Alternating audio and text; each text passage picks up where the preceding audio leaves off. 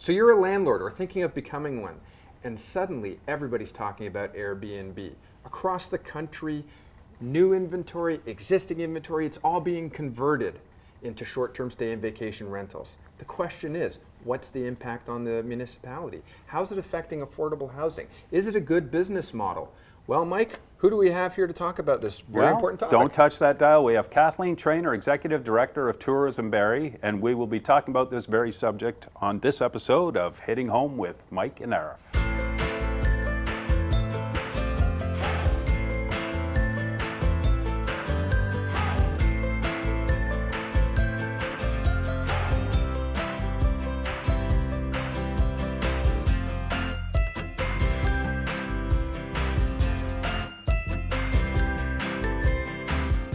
And we're here with Kathleen Trainor from Tourism Barrie. And tell us a little bit about Tourism Barrie. Tourism Barrie is a destination marketing organization. They're called DMOs. We represent the tourism industry in the city of Barrie and some of the larger attractions in the surrounding areas. Okay. So one might ask, I mean, we typically talk about real estate and finance and the real estate market in general. So what are you doing here? You know, why do we have you on the show? And we've talked about vacation rental, but you know, tie that together for us. Well, Airbnb and vacation by owner rentals and short-term rentals are becoming part of the tourism ecosystem. They're becoming more and more popular and more trending. Airbnb, of course, is a billion-dollar. It's a billion-dollar company, and they have a lot of advertising and branding, and it's appealing to stay at a short-term rental. And so there is some. I've done it. Many of us have done it. Yes. Yeah. There's some benefits to it, and then now you're seeing some of the bigger chain owners like the Marriotts and TripAdvisor are actually advertising vacation owners. They're niching more into a luxury vacation ownership. Marriott are they doing it out of necessity? You can't beat them, join them, or is this a model that I think they've actively been pursuing?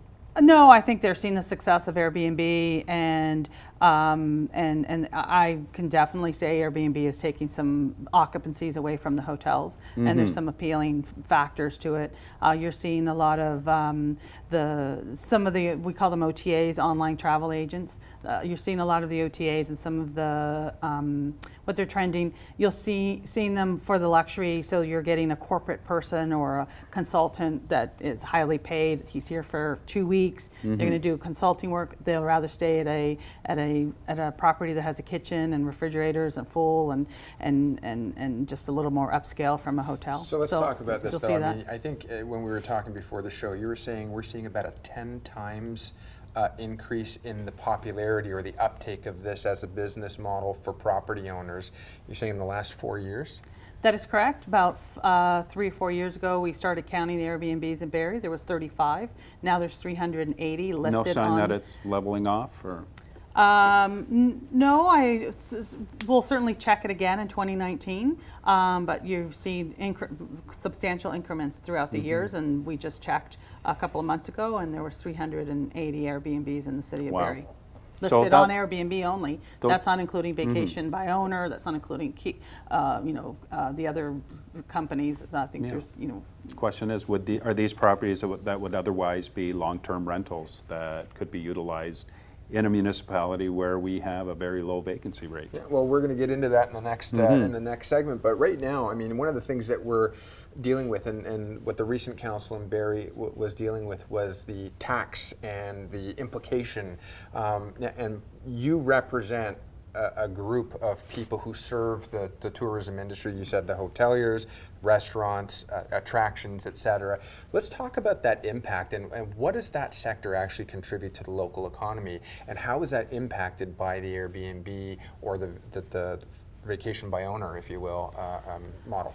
So right now, the city of Barrie, the tourism gives $68.5 million of economic impact, and that's 475,000 people stay in a Barrie hotel annually. So that is about an average. That's for the last 2 years. We have very high occupancy. It's about a 67.8% occupancy and rising. That's like every one of the year. highest in the province, isn't it? It's pretty high. And not just tourism? People here for a wedding, or people here for a convention? Or That's true. That's still, well, so you split it out into meeting and conferences, sports tourism, leisure, and corporate. So right now, Barrie is looking at a 50% to 55%, and that is steady for the last 10 years since we've been tracking it, of a corporate market that come to Barrie. Okay. And then we have about an 8% of meeting and conference, and then you have a 30% leisure, and then the rest is about a 10% sports tourism.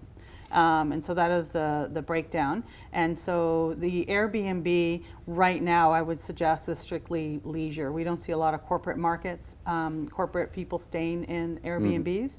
Airbnb and short-term rentals. Yeah, short-term rentals. Altogether, I think there's overnight rentals. We haven't seen a decrease in our corporate occupancies due to Okay. that. So right now it's purely leisure, which is good, because the only way to increase your tourism coming to your destination is through leisure. The corporate market is a very hard market to bring, and it's ups and downs with the economy. And if there's they cut the travels and cut the corporate travels quite easily, where leisure is steady. So here's the thing, that's though. good. I mean, the hoteliers, the ones who are registered doing business in the city of Barrie and Simcoe County surrounding area, the attractions, the ski hills, et cetera, they're generating tax revenue. Correct. And that's something that I think is very important to the local economy and to our viewers as well. They should realize what the impact is on there. And up until now, and if we look, I think Ron's got an article for us as well from the CBC, if I'm not mistaken, with regard to the impact in the GTA.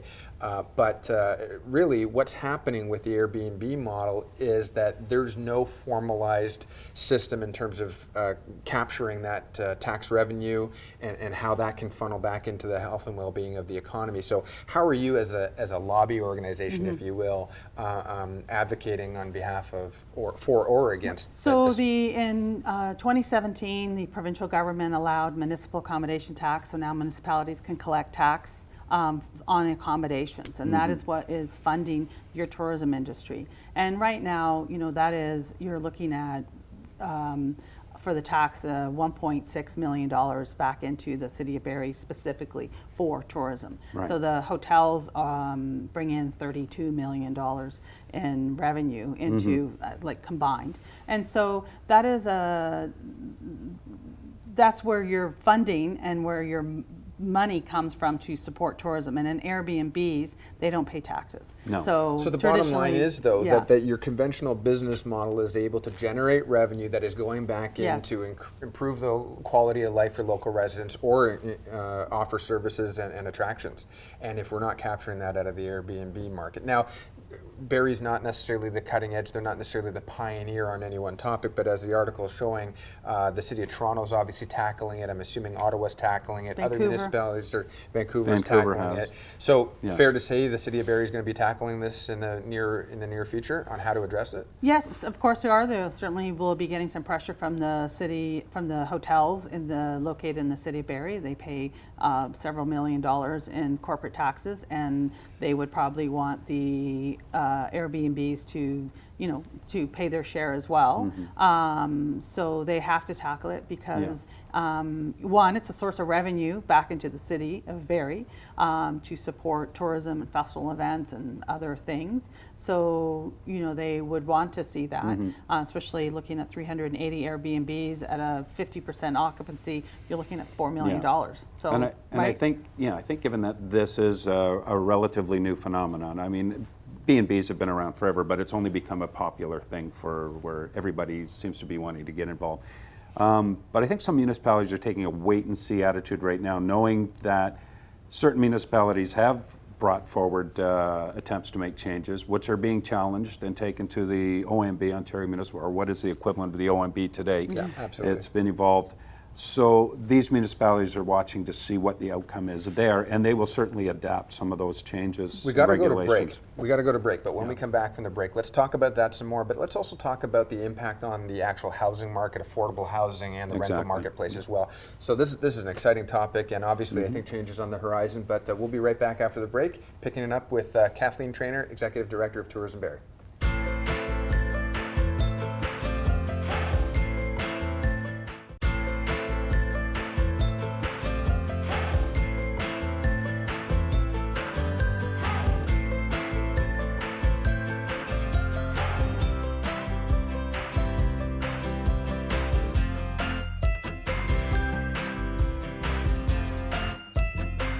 Welcome back to Hitting Home with Mike and Arif. We've got our guest with us, Kathleen Trainor, Executive Director of Tourism Barrie. Thanks for being here, Kathleen. You're welcome. Bottom line is, yes, we're a real estate related show. We're talking about finance, we talk about investment, but the bottom line is that when we're into the short-term or vacation rentals or otherwise known as the Airbnb type of properties, that also has an impact on the tourism industry. And I know you had some thoughts on that.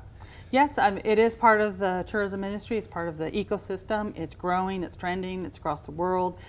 People like it, so we have to deal with it. And to be It's here to stay. Yeah, and to be a destination and an attractive destination to people across the world and through the GTA, we need to have hotels, we need to have B&Bs, we need to have short-term rentals, we need to have campgrounds. So, you know, people stay in different things, and so to have it all is good as well for the tourism industry. And we do also need long-term rentals. Yeah, and that's the harsh reality. The reality is that this is a business model. You're absolutely right, Mike. I mean, we have across the GTA, across Barrie, we've got some of the lowest rental vacancies across Canada. I mean, it's scary how hard it is to find something, but also housing affordability in general. So if people are using this as a business model, there's an argument that says, well, wait a second, we need to regulate this better because it's actually infringing on my ability to buy a home or to find an affordable place to rent. So there's that balance. Yeah. And as a realtor, Mike, I mean, what are you seeing in the marketplace? Well, I'm seeing more and more people who are buying their first homes or even buying their next home are finding the need for that second revenue stream, be it a second suite, which is now something people have the option to do in Barrie and many municipalities. But the Airbnb model, it looks attractive to some. It's fast money. You don't have to deal with the scenario of a bad tenant that's going to take you 6 months to a year to get out in the long-term thing where that can happen. So let's talk about that. What's the push? Because one of the pushes is, I mean, I could be a landlord and I can make X amount of dollars that are imposed upon me in terms of rental increases on an annual basis as prescribed by the Residential Tenancies Act. I can only go up 1.5% per year. Well, you're scrutinized and controlled, which has a downside effect for the average person who needs to rent a property, because fewer and fewer landlords want to get involved in the process of being a landlord because it's so out of balance, that scrutiny over and policing of landlords versus the protection of tenants. But what does it take, Kathleen, if you want to be somebody who's in now a business model? It's no longer, you're not just a landlord anymore who's maybe putting some money aside for retirement. You're actually operating a business as an Airbnb operator. Well, you are, and I think that's where the legislation has to come in, and as we discussed before, some of the bigger cities are tackling that because it's expensive. They have more lawyers, so our recommendation back to the city of Barrie is wait to see what Vancouver and Toronto, Ottawa does, and let them pay the millions of dollars in consultants and then follow their lead, right? Yeah. So, yeah, I mean, listen, here's the, interestingly enough, I mean, you've got, I mean, I personally believe, I'm a Canadian, I live in a free market society, but we do have regulated industry. And one of the things that also comes in is consumer protections, right? You look at the ride sharing business, you've got the taxi cab drivers and owners who have to be licensed, they have to make sure that their cars are up to a certain standard, and you want to make sure that they're insured, and you want to make sure that the consumer is protected. There's a similar model and a similar concern by municipalities, and it is municipality by municipality, want to make sure though that the consumer is being protected there as well. Yeah, that is correct. So legislating, so some you see that you can't rent your house for more than 180 days. Some see to put a halt on it. So right now it's a free market. Or it's a primary residence. Yeah, so as Mike says, they're buying a house, they're taking away from the rental market, they're taking away from students. So you're seeing Georgian College probably having a hard time finding residents for all their students because they don't have enough residents there. In one article I read, one of the solicitors for one of the people who was challenging this on the side of the Airbnb was saying, should the onus be on my client as a homeowner and a business owner to, be limited or have to correct the problems that, municipal and provincial governments ultimately are responsible for? They should have seen that we were coming to a housing crisis all along here. So why should the onus be on the individual Absolutely. to correct this problem? Shouldn't our government be finding other solutions? Well, and I think, here? and that's what the challenge is that's going to the OMB. The Yeah. lawyer for somebody who owns properties in the Airbnb model is basically saying, wait a second here, municipalities have long known about the crisis and the shortage of affordable housing. They've long known Yeah, and about rental the rental housing. supply being in very tight demand. Why isn't it that municipalities have done more to create affordable housing and Yes. affordable rental, and why are you putting it on the private industry and the private sector to do Well, that? I think also what's happening is they're becoming a business. So you have two different models. You have Airbnb, and I own a home, and I've got a big home, or maybe all my kids are left, and so I want to rent some of Yeah. my houses for more income. That is different from some of the ghost hotels, what's happening, and some of the condos. So they're buying out 50% of the condos that are being built in Toronto. They're buying out as an Airbnb or as a vacation owner, and so then they have a business, they have a property manager, and then it becomes a business, and they're not paying taxes on Yeah. their business. So in the there's- third segment, we're going to go into explaining and exploring what a ghost hotel is, Yes. and we certainly will do that. But let's actually go in just for a second in terms of actually discussing. Now I'm only going to be able to use it as my primary residence. Going to be able to rent out a basement apartment or something along those lines. But the question is, and one of the challenges that's coming from Fairbnb, which is sort of the consumer advocate group, if you The will, lobbyists, the yeah. lobbyists as well, is they're actually saying that this big challenge and all the regulation is sort of being made by false assumptions by what's known as the hotel lobby group, who feel like their turf is being infringed upon. Yes. That's a component of it, but that's not Yeah. the entire reason. That is true. However, hotels in Barrie alone, they employ 350 people. They pay several $1 million in property taxes to the city of Barrie. They pay taxes. They have fire codes. They have fire alarms. And so some of the things also is you're not investing that in the Airbnb, so they're not. You don't know if they're safe. Hotels have highly regulated. They have bed bugs, et cetera. I mean, Yeah. so You need that scrutiny to make sure Yeah. the product is safe. And Yeah. and And so it- they pay all that, and they and that's part of their profit and coming off of their revenue and investment. And so, So from this perspective, I guess what the answer is, it's not that Tourism Barrie is against the idea of Airbnb. You've very much said it's here to stay, and we're going to learn how to work with it. I think the point is, come on into the space and play in the space and enjoy the space and benefit from the space. Pay your fair share. pay your fair share, pay your taxes, regulate, let the fire department in there to make sure if it's a basement apartment, you have a fireproof ceiling and you have fire code and, Well, and that's a you have an big deal. exit. And so, there's some fundamental basic things that need to be done. So if you want to do that, and it's a lot for a homeowner to do, but you do get a return on your investment. And if Airbnb is a trend and then it's not here to stay and it goes Yeah. away, you actually have a basement apartment that you could rent. We're going Now to pick this topic up actually because we're going to break right now, and when we come back, let's talk about what a ghost hotel is, but I also want to talk about some of your personal views, your personal experiences in this marketplace. And Mike, why don't you bring us back when after the break? Okay.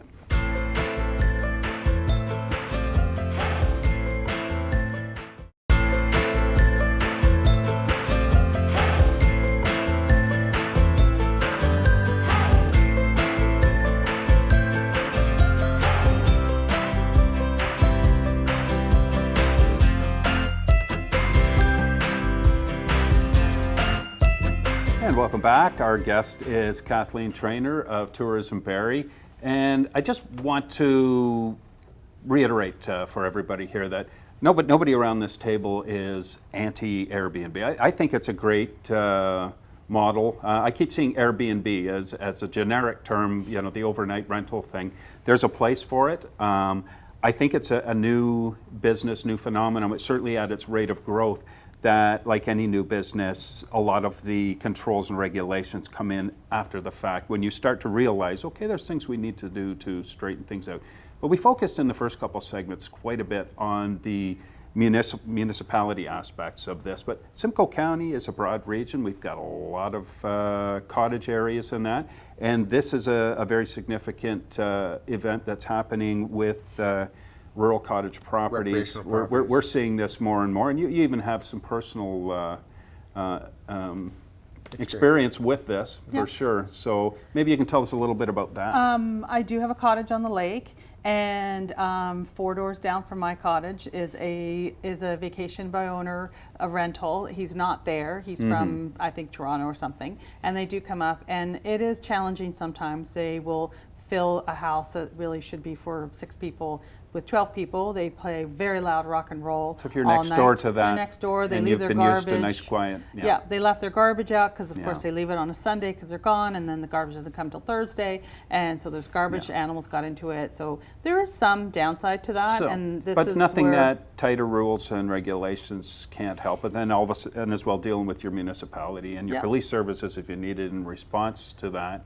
Yeah, I think your landlords have to be a little more diligent. And I guess, are you confident that we will hit a point where this will be manageable and everybody will be able to do it? I mean, you always have that risk that you're going to get a bad weekend tenant, I suppose. Yes, and I think that's where it's really exasperated, like it's really out there.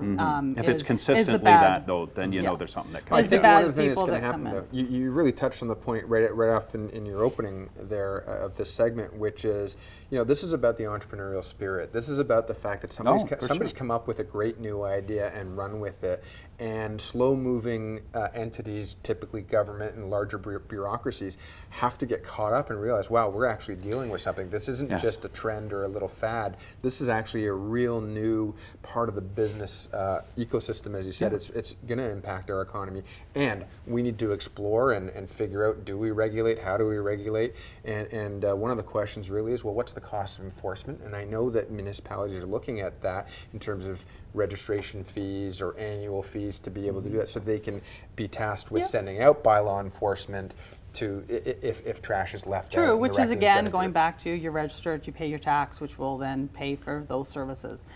So I think that balance is. And the more regulation in there, it attracts the right people to the business model to begin with. I think one of the hard parts is we don't know how many tourists are increasing coming to Barrie because there's no stats. There's no tracking. There's no tracking. We don't have a relationship with Airbnb. So that would be interesting because you're talking about Barrie. So you could suggest, I think there was a study out, so there is, I think 380 vacation properties in Simcoe County that could potentially, where there's only, I would say, a maximum of 8,000 rooms in all of Simcoe County, and that's excluding Blue Mountain because they're not in Simcoe County. So if you took all of that, there's more vacation cottages and people coming and visiting friends and family than there are hotel rooms. But that's not gauged. So you could suggest that that's in the millions of dollars of economic impact that's not being tracked. And the demand, It could bring more tourists and could increase your tourists if it was tracked, and then people would see the economic benefits to it. And what we can gauge is sort of the golden horseshoe, the population there and in all of Ontario